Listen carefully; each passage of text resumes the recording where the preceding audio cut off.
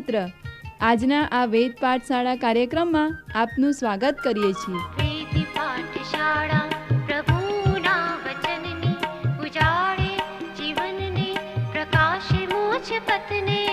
વેદ પાઠશાળા પ્રભુના વચનની ઉજાળે જીવનને પ્રકાશે મોજ પથને. વેદ પાઠશાળા. વાલા ભાઈ બહેનો, આ કાર્યક્રમમાં આપને ફરીથી મળતા ખૂબ આનંદ થાય છે. દિવસભરના સખત પરિશ્રમ પછી અમારો કાર્યક્રમ સાંભળવાથી આપને શારીરિક અને આત્મિક તાજગી પ્રાપ્ત થશે. તો વિલંબ ન કરતા ચાલો ઈશ્વરના વચનમાં આગળ વધીએ, પ્રભુના સેવકને ધ્યાનથી સાંભળીએ. પ્રિય મિત્ર, આજના આપણા આ વેદ પાઠશાળા નામક કાર્યક્રમમાં આપનું સ્વાગત કરું છું. પ્રિય મિત્ર, હાલમાં આપણે નવા કરારનું સર્વેક્ષણ કરી રહ્યા છીએ અને અત્યારે આપણે પ્રેરિતોના કૃત્યના પુસ્તકનું સર્વેક્ષણ શરૂ કર્યું છે. નવા કરારની મંડળીની પ્રથમ પેઢીના ઐતિહાસિક પુસ્તક પ્રેરિતોના કૃત્ય તરફ તમારું ધ્યાન ખેંચવાનું મને ગમશે. આપણે જોઈ ગયા છે કે પ્રેરિતોના કૃત્યો એ શીર્ષક તેના લેખક દ્વારા અપાયેલું નહોતું. આપણે કેટલાક શીર્ષકો જોયા છે જે ભાષાંતરકારોએ આપેલા છે. તે વધારે યોગ્ય શીર્ષકો છે. આપણે ગત કાર્યક્રમોમાં એ હકીકત જોઈ હતી કે આ પુસ્તક માટે પવિત્ર આત્માના કાર્યો એ સારું શીર્ષક હતું. આપણે એ હકીકત પણ જોઈ ગયા હતા કે પુનરુત્થાન પામેલા ખ્રિસ્તના કાર્યો આ પુસ્તક માટે આ સારું શીર્ષક હતું, કારણ કે આ પુસ્તકમાં આપણે શીખ્યા અને બીજા લોકોએ કરેલા કામો વિશે જ વાંચીએ છીએ. તે દેખીતી રીતે પવિત્ર આત્માના સામર્થ્ય અને પુનરુત્થાન પામેલા ખ્રિસ્તના સામર્થ્ય દ્વારા કરાય છે. આ કાર્યો કરવા માટે તેઓ શક્તિમાન બને છે. પ્રેરિતોના કૃત્યના પુસ્તક માટે હજુ પણ આ શીર્ષક 50માના દિવસની છાપ એ સારું હોઈ શકે. હું માનું છું કે તે શીર્ષક આ પુસ્તક માટે વધુ સારું છે. મને તે શીર્ષક ગમે છે કારણ કે હું માનતો નથી કે આ પુસ્તકમાંના 50માના દિવસની હકીકતને આપણે ક્યારેય ભૂલવી ન જોઈએ. ગત કાર્યક્રમમાં મંડળીના હેતુ સાથે સંબંધિત 50માના દિવસ વિશે જોયું હતું. 50માનો હેતુ મહાન આદેશ હતો, જેની સાથે 4 સુવાર્તાઓનો અંત આવે છે અને પ્રેરિતોના કૃત્યના પુસ્તકની શરૂઆત થાય છે. 50માનો હેતુ મહાન આદેશ છે. મહાન આદેશ એ મંડળીનો હેતુ પણ છે. આપણે તેની દ્રષ્ટિ ખોવી ન જોઈએ, અથવા જે હકીકત પ્રેરિતોના કૃત્યના બીજા અધ્યાયમાં 50માના દિવસની શરૂઆત થઈ અને પ્રેરિતોના કૃત્યના આખા પુસ્તકમાં તે ચાલે છે તેની દ્રષ્ટિ ખોવી જોઈએ નહીં. તેને ચૂકશો નહીં. આ 50માનો દિવસ વધતા જતા કુંડાળા જેવો છે. જ્યારે તમે પાણીમાં પથ્થર નાખો અને જે તરંગો ઉઠે તેના જેવો અવિરત છે. આ જુદા જુદા 50માના દિવસ જે પ્રેરિતોના કૃત્યના આખા પુસ્તકમાં હંમેશા શુભ સંદેશ સાથે અથવા મહાન આદેશના અમલીકરણ સાથે સંબંધિત જોવા મળે છે. મહાન આદેશમાં કહ્યું હતું, જાઓ અને શિષ્યો બનાવો. યરૂશાલેમથી માંડીને યહૂદિયા, સમરૂન અને પૃથ્વીના છેડા સુધી દુનિયાના બધા દેશોમાં શિષ્યો બનાવો. મિત્ર, અવલોકન કરો કે જ્યારે તેઓ યરૂશાલેમમાં શિષ્યો બનાવવાની શરૂઆત કરે છે ત્યારે તે 50માનો દિવસ છે. પછી તેઓ સમરૂનમાં જાય છે, ત્યાં પણ 50માનો દિવસ હોય છે. જ્યારે તેઓ વિદેશી દુનિયામાં જાય છે, જેની નોંધ પ્રેરિતોના કૃત્યના 10મા અધ્યાયમાં પીતર રોમન સૈનિક કર્નેલિયસના ઘરે જાય છે ત્યારે પણ ત્યાં 50માનો દિવસ છે. 19મા અધ્યાયમાં જ્યારે તેઓ આસિયાના એફેસસમાં જાય છે અને દુનિયાના સારા ભાગોમાં જવાની શરૂઆત કરે છે ત્યારે પણ 50માનો દિવસ હોય છે. શુભ સંદેશના કાર્યમાં લગભગ દરેક કટોકટી વખતે ઈશ્વરીય મધ્યસ્થી સામેલ છે. પ્રેરિતોના કૃત્યના 16મા અધ્યાયમાં જ્યારે તેઓ યુરોપ જાય છે ત્યારે ત્યાં પણ ઈશ્વરીય મધ્યસ્થી હોય છે. પાઉલને આપણે જેણે મકદોનિયાનું તેડું અને તેનું મકદોનિયાનું દર્શન કહીએ છીએ તેનો અનુભવ થાય છે. જ્યારે તેઓ મહાન આદેશનો અમલ કરવા તૈયાર થાય છે ત્યારે ત્યાં ઈશ્વરીય મધ્યસ્થી કટોકટી માટે હોય છે. 8મા અધ્યાયમાં દૈવી મધ્યસ્થી સતાવણીના સ્વરૂપમાં આવે છે, જે મંડળીને કેવળ વ્યવસ્થિત કરતી નથી, પરંતુ જેમાં તેઓ મહાન આદેશને આધીન થાય છે. તેમ કુંડાળા વિસ્તારવા માટે તેઓને આગળ ધકેલે છે. પ્રેરિતોના કૃત્યના 8મા અધ્યાયમાં સમરૂનમાં તમને 50માનો દિવસ જોવા મળશે. તમને તે 10, 16 અને 19મા અધ્યાયમાં જોવા મળશે. તેને હું 50માના દિવસની રીતો કહું છું, અથવા અવિરત 50માનો દિવસ એવું કહી શકાય. જ્યારે તમે પ્રેરિતોના કૃત્યનું પુસ્તક વાંચો ત્યારે આ 50માના દિવસની રીતોને ચૂકશો નહીં. મિત્ર, આપણે ગત કાર્યક્રમમાં જ્યારે મંડળી જન્મે છે અને મંડળી આકાર લે છે તેમાંથી બહાર આવતી કેટલીક રીતો વિશે જોયું હતું. 6ઠ્ઠા અધ્યાયમાં જે આત્મિક દાનો વ્યવહારુ કે જે આત્મિક દાનો પાળકીય છે તે બંને વચ્ચેનો ભેદ પાડે છે તે આપણે જોયું હતું. 6ઠ્ઠા અધ્યાયમાંથી બહાર આવતી આ રીતનું અવલોકન કરવું એ રસપ્રદ છે. 7મા અધ્યાયમાં જેને આપણે આજે વડીલ તરીકે ઓળખીએ છીએ તેઓ સૌપ્રથમ વડીલોમાંનો એક સ્તેફન વ્યવહારુમાંથી પાળકીય બાબતોમાં જઈને મહાન ઉપદેશક બન્યો. 8મા અધ્યાયમાં પણ તમે એ જ બાબત જુઓ છો. ફિલિપ નામનો બીજો એક વડીલ પાળકીય દાનોમાં જઈને સમરૂનમાં મોટો ઉપદેશક બન્યો. પ્રિય મિત્ર, મેં જે કહ્યું હતું તે યાદ રાખો કે જ્યારે તમે નવા કરાર કે જૂના કરારના ઐતિહાસિક સાહિત્યનો અભ્યાસ કરતા હોય ત્યારે પ્રેરિત પાઉલ 1 કોરિન્થીના 10મા અધ્યાયની 11મી કલમમાં આપણને જણાવે છે કે આપણે તે બાબતોને ઉદાહરણરૂપ અને ચેતવણીરૂપ ગણવા જોઈએ. આ બધી બાબતો બીજાઓને નમૂનારૂપ થવા માટે બની અને આપણને ચેતવણી મળે માટે લખવામાં આવી છે, કારણ કે આપણે અંતિમ દિવસોમાં જીવીએ છીએ. પ્રેરિતોના કૃત્યના પુસ્તકમાં આપણને કેટલાક સુંદર ઉદાહરણો મળે છે, અમુક ચેતવણીઓ છે, પરંતુ પ્રાથમિક રીતે સુંદર ઉદાહરણો છે. સ્તેફન કે જેણે આપેલા સંદેશા માટે તેનું જીવન હોમી દે છે તે પ્રેરિતોના કૃત્યના 7મા અધ્યાયમાં નોંધેલું છે. તે મહાન ઉદાહરણોમાંનું એક છે. સંભવિત રીતે તે કોઈ ધંધાદારી હશે, કારણ કે તેને મંડળીના વહીવટ માટે પસંદ કરેલો જોવા મળે છે.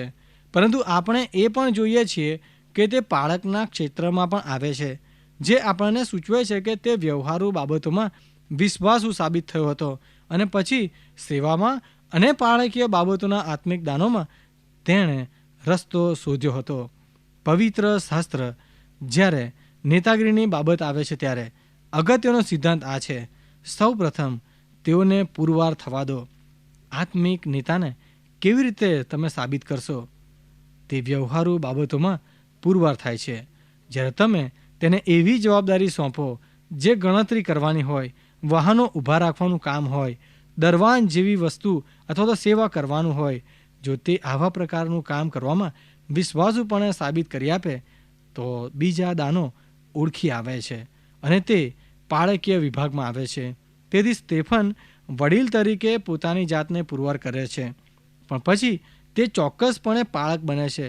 સ્તેફનના દાનની રીત સ્પષ્ટ રીતે 50માના દિવસની હતી. હું તે શબ્દ વાપરું છું કારણ કે તે મને ગમે છે. જેમાં આપણે જોયું તેમ પવિત્ર આત્માનું કાર્ય આપણામાં પણ છે અને તેની સાબિતી આત્માના ફળ તરીકે આપણે જોઈએ છીએ. પણ પછી આપણા ઉપર પવિત્ર આત્માનું કાર્ય થાય છે. આપણામાં કાર્ય માટે શક્તિનો સંચાર કરનાર પવિત્ર આત્માનો અભિષેક થાય છે, જે આત્મિક દાન સેવા સાથે જોડાયેલું છે. સ્તેફન સ્પષ્ટ રીતે પવિત્ર આત્માનો માણસ છે, કારણ કે જ્યારે તે તેનો ભવ્ય સંદેશો આપે છે ત્યારે તે દેખીતી રીતે પવિત્ર આત્માના સામર્થ્યમાં ઉપદેશ કરી રહ્યો છે અને પવિત્ર આત્માનું આચ્છાદન તેના ઉપર છે. મિત્ર, જ્યારે તમે પ્રેરિતોના કૃત્યનું પુસ્તક વાંચો ત્યારે એક બીજી બાબતનું અવલોકન કરવાનું તમને હું કહું છું. તે એ છે કે મંડળી વડે અપાયેલ કામગીરી અને ખાસ કરીને નવા કરારની મંડળીના ઉપદેશનું અવલોકન કરશો. સૌપ્રથમ પિત્તર પ્રાથમિક ઉપદેશક છે. જ્યારે તમે 7મા અધ્યાયમાં જાઓ છો ત્યારે તે મંડળીમાં કેવળ પિત્તર ઉપદેશક નથી, તે બાબતનું અવલોકન કરો. સ્તેફન મોટો ઉપદેશક બને છે. હવે સ્તેફનનો સંદેશો લાંબો છે. આ અધ્યાયમાં 60 જેટલી કલમો છે અને મોટાભાગની કલમોમાં સ્તેફનનો સંદેશ રહેલો છે. હું આશા રાખું છું કે તમે ઉપદેશને વખાણશો. હું ઉપદેશના લક્ષણો પ્રત્યે આકર્ષાયેલો છું. હું કેવી રીતે ઉપદેશ કરવો તે શીખવાનો પ્રયત્ન કરું છું. મારો વિશ્વાસ કરો, ઉપદેશ કરવો એ ડરાવી શકે છે. હું માનું છું કે ઉપદેશ એ આત્મિક દાન છે અને જો તે પવિત્ર આત્માથી ન થાય તો જેમ નવા કરારમાં ઉપદેશ દાન તરીકે વર્ણવ્યું છે તેમ ખરેખર ઉપદેશ ન કહેવાય. પવિત્ર આત્માવાળો ઉપદેશ માત્ર એક પ્રકારનો ઉપદેશ છે જે નવા કરારમાં નમૂનારૂપ છે.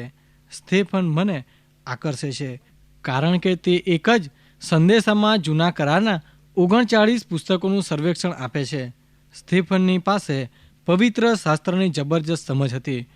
આ માણસને પવિત્ર શાસ્ત્રની ખરેખર સમજ છે. તેની સાબિતી એ છે કે તે ઘણા ટૂંકાણમાં તેને સંક્ષેપ કરી શકે છે અને પ્રાથમિક બાબતોને સાહિત્ય સ્વરૂપમાં મૂકે છે. પ્રિય મિત્ર, સ્ટેફનને 39 પુસ્તકોને એક સંદેશામાં લાવતા આશરે 20 મિનિટ લાગી હશે. સ્ટેફન ઇબ્રાહિમથી શરૂ કરે છે. તે ઈસાક અને યાકૂબને દર્શાવે છે.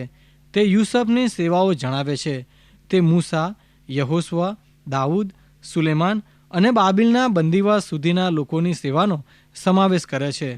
તે માત્ર એક જ સંદેશામાં હિબ્રુ ઇતિહાસના આખા ફલકને આવરી લે છે. જ્યારે સ્ટેફન આ સંદેશો આપે છે ત્યારે તેનો મુદ્દો હિબ્રુ ઇતિહાસ, જૂના કરારનું સર્વેક્ષણ છે. સ્ટેફનના સંદેશનો હેતુ સુવાર્તિક નહોતો, તેમ છતાં તે ફળદાયક સંદેશો હશે, જેના વિશે આપણે જોઈશું. સ્ટેફનના સંદેશાનો હેતુ ધાર્મિક આગેવાનોને એ બાબત જણાવવાનો હતો કે તેઓએ ઈશ્વરની કૃપા, ઈશ્વરનો પ્રેમ અને ઈશ્વરનું તારણું નકાર્યું છે. તેઓએ બધી સારી બાબતોને નકારી છે જે ઈશ્વર તેમના માટે કરવા પ્રયત્ન કરતા હતા. તેઓના તિરસ્કારની પરાકાષ્ઠા મસીહનો તિરસ્કાર કરવાનો છે. તેઓ તે ક્ષણે જે કરી રહ્યા છે તે આ છે.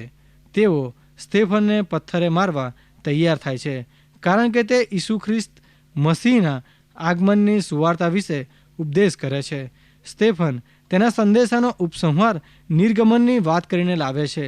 જ્યારે સ્ટેફન આ લોકોને હિબ્રુ ઇતિહાસ યાદ કરાવે છે ત્યારે તે એક મુદ્દો મૂકે છે. તે એ છે કે તમે મૂસાનો નકાર કર્યો અને ઈશ્વર જે તમારી પાસે નિર્ગમન દ્વારા ઉદ્ધાર લાવ્યા તેનો પણ નકાર તમે કર્યો. તમે મિસરમાં પાછા જવા માગતા હતા.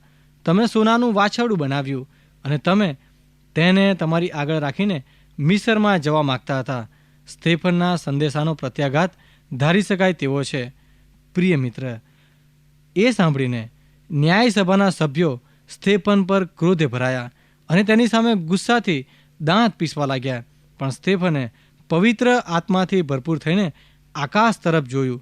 તેણે ઈશ્વરનું ગૌરવ જોયું અને ઈસુને ઈશ્વરની જમણી તરફ ઊભેલા જોયા. તેણે કહ્યું, જુઓ, હું આકાશ ખુલ્લું થયેલું અને માનવ પુત્રને ઈશ્વરની જમણી તરફ ઊભેલો જોઉં છું. મોટી બૂમ પાડીને તેમણે પોતાના કાન બંધ કરી દીધા. પછી તરત જ તેઓ એકી સાથે તેની તરફ ધસ્યા. પછી તેને શહેરની બહાર ધકેલી દીધો અને તેને પથ્થરે માર્યો. સાક્ષીઓએ તેના જબ્બા સાઉલ નામના એક જુવાનને સોંપ્યા હતા. તેઓએ સ્ટેફનને પથ્થરે મારવાનું ચાલુ રાખ્યું ત્યારે તેણે પ્રભુને પોકાર કર્યો, પ્રભુ ઈસુ, મારા આત્માનો સ્વીકાર કરો. તે ઘૂંટણે પડ્યો અને મોટે અવાજે બોલ્યો, ઓ પ્રભુ, આ પાપ તેમની વિરુદ્ધ યાદ ન કરશો. એમ કહીને તે મરી ગયો. પ્રેરિતોના કૃત્યના પુસ્તકના 7મા અધ્યાયમાં તમારી પાસે એક મહાન સંદેશ છે, જેના માટે એક માણસ પોતાનું જીવન હોમી દેવા તૈયાર હતો. તમારી પાસે ફક્ત હિબ્રુ ઇતિહાસનું પુનરાવર્તન કરાવતો સંદેશ જ નથી, પરંતુ મુખ્યત્વે ઇસરાયેલના ધાર્મિક આગેવાનો પર પ્રત્યક્ષ દોષારોપણ છે. દોષારોપણ આ પ્રમાણે છે, તમે હંમેશા ઈશ્વરને ત્યજી દીધા છે અને તમારા માટે જે કંઈ કરવા ઈશ્વર પ્રયત્ન કરે છે તેને પણ તમે ત્યજી દીધા છે. તમે ઈશ્વરની કૃપા, ઈશ્વરનો ઉદ્ધાર, ઈશ્વરના નિયમ, ઈશ્વરના સેવકોને ત્યજી દીધા છે અને હાલમાં પણ તમે ઈશ્વરને ત્યજી રહ્યા છો. તમે હઠીલા નાસ્તિકો છો. હઠીલા એટલે કે તમે તમારી ગરદન નમાવવા ઈચ્છતા નથી. તમે તમારું મસ્તક નમાવવા અને ઈશ્વરને સમર્પિત થવા ઈચ્છતા નથી. જ્યારે સ્ટેફન આ સંદેશા માટે મૃત્યુ પામે છે ત્યારે તે આપણને બતાવે છે કે તે આત્માથી ભરપૂર હોય છે. સ્ટેફન પાસે ઈશ્વરનું અને ઈસુ ખ્રિસ્તનું જબરજસ્ત દર્શન હોય છે. જ્યારે સ્ટેફનને પથ્થરે મારીને મારી નાખવામાં આવે છે તે જોતાં તમે દુઃખ અનુભવશો. જ્યારે સ્ટેફનને ઈશ્વરના અને પ્રભુ ઈસુ ખ્રિસ્તના દર્શન સાથે ઉચકાતો તમે જુઓ છો ત્યારે તેના માટે તમારે દુઃખી થવાનું નથી. ઈસુએ કહ્યું, આ એવું જીવન છે કે તેઓ તમારા દ્વારા ખરા ઈશ્વરને ઓળખે અને ઈસુ ખ્રિસ્ત જેને મોકલ્યો છે તેને ઓળખે.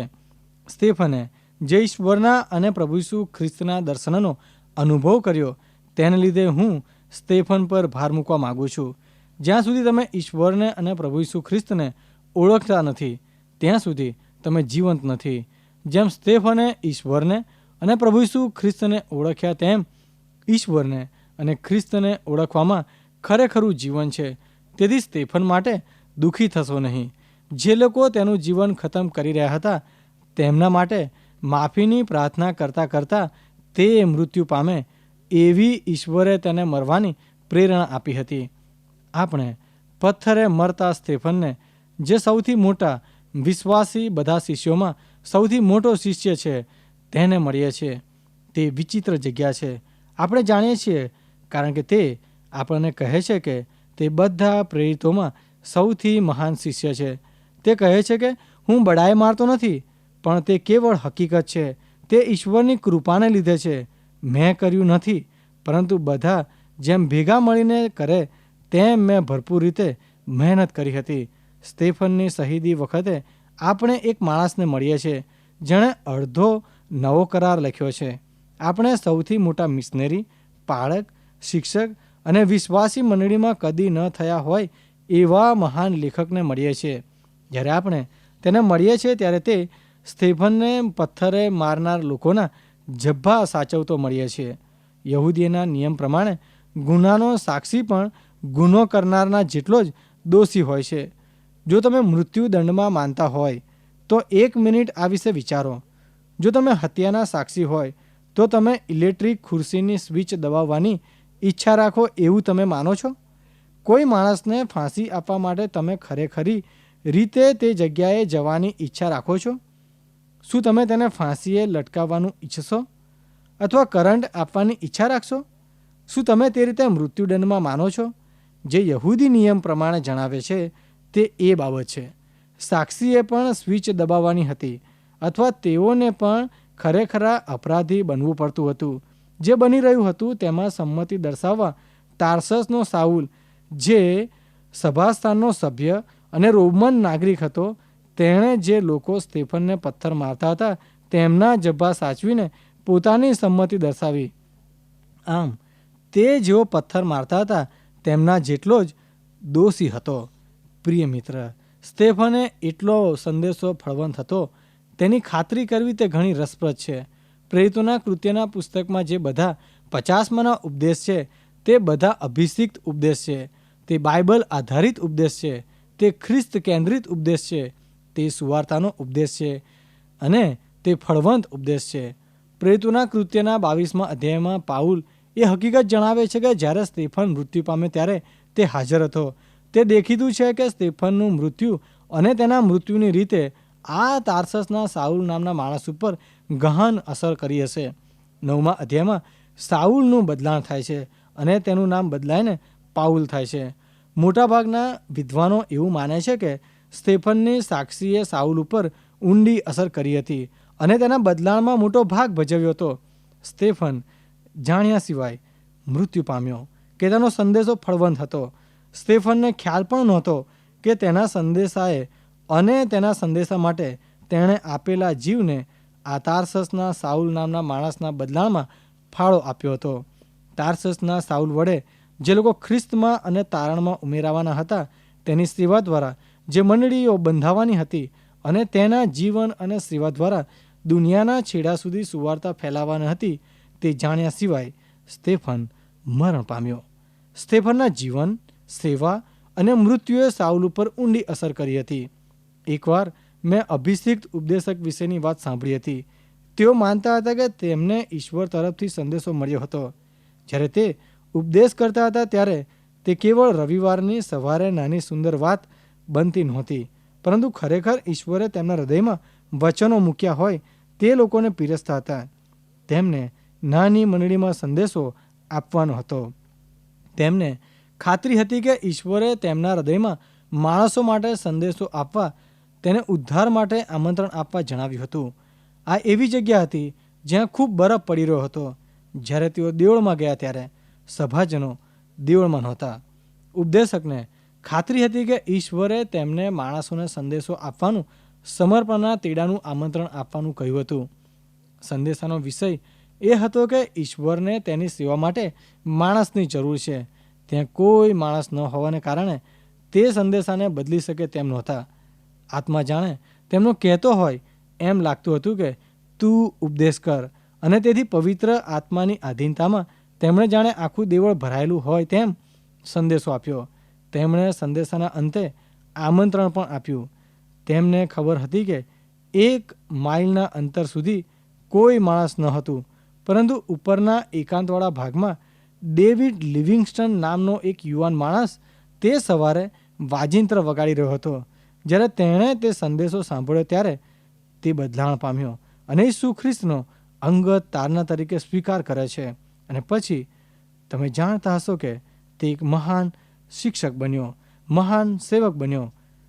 પ્રિય મિત્ર, ઉપદેશકે આત્માની દોરવણીને આધીન થઈને માણસોને સ્પર્શતો ઉપદેશ કર્યો અને આમંત્રણ આપ્યું. જોકે ઉપદેશકે આ યુવાન કે જેણે ઉપરના ઓરડામાં પ્રભુ ઈસુનો સ્વીકાર કર્યો તેને જોયો પણ નહોતો. ગમે તે રીતે એ સંદેશો ફળવંત સંદેશો હતો. હવે સ્ટેફનને લાગે વળગે છે ત્યાં સુધી તે સંદેશાથી તેને પથ્થરે મારી નાખવામાં આવ્યો. તેણે ઈશ્વરની આધીનતામાં ઉપદેશ કર્યો. તેના મૃત્યુ તેના સંદેશાનું પરિણામ હતું. તેવું વિચારીને તે મૃત્યુ પામ્યો. ઈસુ ખ્રિસ્ત માટે તથા ઈસુ ખ્રિસ્તના સંદેશા માટે પોતાનું જીવન આપવા તેની ઈચ્છા હતી. ઈશ્વરે તેના હૃદયમાં તેના જીવનના ભોગે તે સંદેશો આપવાનો બોજ મૂક્યો હતો. જેમ આપણે પ્રેરિતોના કૃત્યનું બાકીનું પુસ્તક વાંચીએ તેમ આપણને ખ્યાલ આવશે કે સ્ટેફનનો સંદેશો ઘણો ફળદાયક હતો. 7મા અધ્યાયના અંતમાં અને 8મા અધ્યાયની શરૂઆતમાં આ સાઉલ વિશ્વાસીઓની સખત સતાવણી કરતો જોવા મળે છે. તે સતાવણી યરૂશાલેમની મંડળી ઉપર હતી. પ્રેરિતો સિવાય બીજા બધા યહૂદિયા અને સમરૂનમાં નાસી ગયા.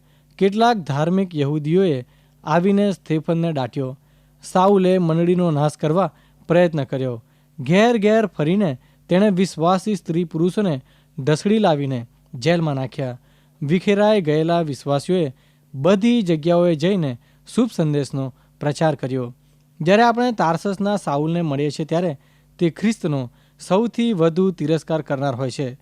પ્રેરિતોના કૃત્યના 9મા અધ્યાયમાં આપણે વાંચીએ છીએ કે તે સિરિયા જવા ઈચ્છે છે, કારણ કે તે વિશ્વાસીઓને મારી નાખવા ઘણો આતુર હોય છે. તેને યરૂશાલેમના વિશ્વાસીઓની ધરપકડથી સંતોષ થયો નથી. જ્યારે તેને ખબર પડે છે કે સિરિયાના દમસ્કમાં વિશ્વાસીઓ છે, ત્યારે તેમની ધરપકડ કરવા તેણે પરવાનગી મેળવી. તે તેમને પકડવા માટે જાય છે. સિરિયા જતા રસ્તામાં દમસ્કના માર્ગ ઉપર તેને પુનરુત્થાન પામેલા ખ્રિસ્તનો ભેટો થઈ જાય છે અને તેનું ચમત્કારિક રીતે બદલાણ થાય છે. એક વખત તમે સુવાર્તામાંથી પસાર થાવ ત્યારે તમને સાઉલ નામનો માણસ કાં તો નવા કરારમાં સૌથી મહાન ચમત્કાર લાગે છે, કાં તો તે જૂઠ્ઠો અને દુષ્ટ લાગે છે. હું માનું છું કે આ મુદ્દામાં નવા કરારના આ સર્વેક્ષણમાં આ માણસ વિશે તમારે નિર્ણય લેવો જોઈએ. પ્રેરિતોના કૃત્યમાં દમસ્કના રસ્તા પરના બદલાણ પછી તે તરત ઉપદેશ કરવા લાગ્યો. તે પાઉલના લખેલા ગલાતીઓના પત્રમાં પોતે જ જણાવે છે કે તેના બદલાણ અને તેના ઉપદેશની સેવા વચ્ચે મહાન વધારો થાય છે. ગલાતીઓના પ્રથમ અધ્યાયમાં પાઉલ આપણને જણાવે છે કે જેવો તે બદલાણ પામ્યો કે તરત જ તે અરબસ્તાનમાં ગયો. વિદ્વાનો આ સંબંધી અચોક્કસ છે. ગલાતીઓના પહેલા અધ્યાયમાં પાઉલ દાવો કરે છે કે પુનરુત્થાન પામેલા ઈસુ ખ્રિસ્તે અરબસ્તાનના રણમાં તેની સાથે 3 વર્ષ ગાળ્યા. પાઉલ દાવો કરે છે કે આ બધી બાબતો તેને ખ્રિસ્તે શીખવી હતી, જે તે આ પત્રોમાં લખે છે, જેનાથી અડધો નવો કરાર બને છે. પાઉલ જ્યારે યરૂશાલેમમાં પ્રથમ વખત જાય છે અને જીવનમાં પહેલીવાર તે બીજા શિષ્યોને મળે છે, ત્યારે તે ખાતરી કરાવે છે કે ખ્રિસ્ત સાથે તેણે 3 વર્ષ ગાળ્યા છે. અને તે સ્પષ્ટ છે કે પાઉલે પ્રેરિતોને જે બાબતો જણાવી તે કેવળ ઈસુ સાથે સંબંધ રાખનાર વ્યક્તિ જ જણાવી શકે. તેણે આ બધી બાબતો જણાવી ત્યારબાદ તેઓએ તેને સંગતમાં સામેલ કર્યો અને તેને કહ્યું, વારું, તું વિદેશીઓ મધ્યે કામ કર અને અમે યહૂદીઓમાં કામ કરીશું. આ બતાવે છે કે ઈશ્વરે તેમને શું કરવાનું કહ્યું છે. પ્રિય મિત્ર, 7મા અધ્યાયના અંતમાં અને 8મા અને 9મા અધ્યાયમાં આપણને નવા કરારના ખૂબ જ અગત્યના ચરિત્રને મળીએ છીએ. પ્રિય મિત્ર, તમારે નિર્ણય લેવાનો છે. શું પાઉલ શુભ સંદેશ મળ્યા પછી અદ્ભુત ચમત્કાર કરનાર હતો કે પછી તે જૂઠ્ઠો હતો? પ્રિય મિત્ર, જો ઈશ્વર તાર્સીસના સાઉલ જેવા ક્રૂર માણસનું હૃદય બદલી શકે તો શું તે તમારા જીવનો ના બદલી શકે? આ વિશે વિચાર કરશો. ફરી મળે ત્યાં સુધી મને રજા આપશો. પ્રિય શ્રોતા મિત્રો, અમને ખાતરી છે કે આજનો આ કાર્યક્રમ આપને રસપ્રદ લાગ્યો હશે. જો આ કાર્યક્રમ આપ નિયમિત રીતે સાંભળશો તો તમારા અંગત જીવનને માટે તે ખૂબ જ લાભદાયી બનશે. જો આપને આ અંગે કોઈ પ્રશ્ન કે મૂંઝવણ હોય અથવા આપ આ કાર્યક્રમને લગતું સાહિત્ય પ્રાપ્ત કરવા માંગતા હોય તો આજે જ તમારા પૂરેપૂરા નામ સરનામા સાથે અમને પત્ર લખશો. અમારું સરનામું છે કાર્યક્રમ Ved Pathshala, Vishwavani, post box number 2036, Fatehganj, Vadodara 3900002. ધન્યવાદ.